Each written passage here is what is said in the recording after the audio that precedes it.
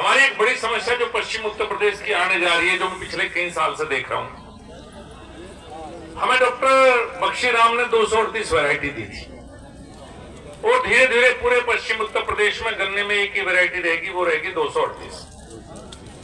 और सच बात यह है कि जब 238 आई तो प्रोडक्शन भी 1.5 गुना बढ़ा और रिकवरी भी करीब 2.5% के करीब रिकवरी बढ़ी। ये अकेली वैरायटी थी जिसने किसान को भी फायदा दिया और शुगर मिल को भी फायदा दिया।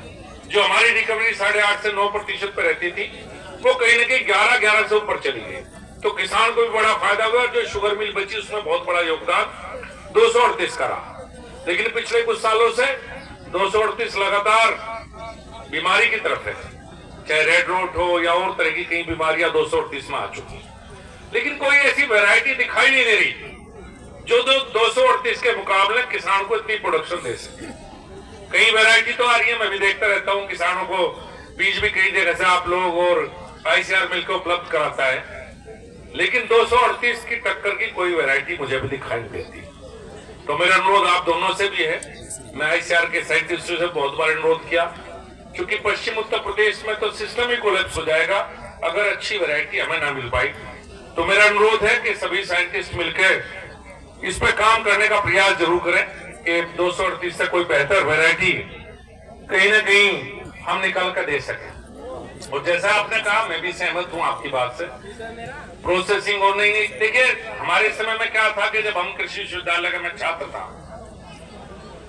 तो कृषि विश्वविद्यालय में एडमिशन के बाद का मतलब था कि सरकारी नौकरी कैसे मिले, चाहे एग्रीकल्चर हो, चाहे एनिमल हस्बेंड्री हो, चाहे हॉर्टिकल्चर हो, चाहे कोई और सब्जेक्ट हो।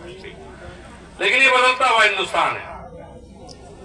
अब बच्चे एडमिशन के बाद सिर्फ सरकारी नौकरी की नहीं सोचते, सेल्फ एम्प्लॉयमेंट भी आता है, एंटरप्रेन्योरशिप भी है, प्राइवेट सिस्टम बहुत बड़ा है और साथ के साथ सरकारी नौकरियां भी।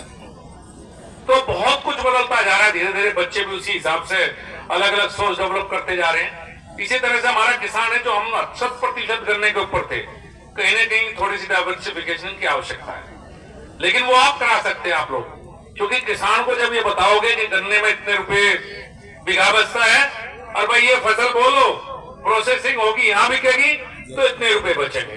तो ये अंतर जरूर है, ये अंतर कृषि वैज्ञानिक ही, ये बात कृषि वैज्ञानिक ही किसान तक ले जा सकते हैं। भारत सरकार तो अपना काम कर ही रही है, FPO बन रहे हैं बहुत बड़े बड़े, मुझे नहीं लगता कोई जनपद बचा हो जहां FPO बना हो।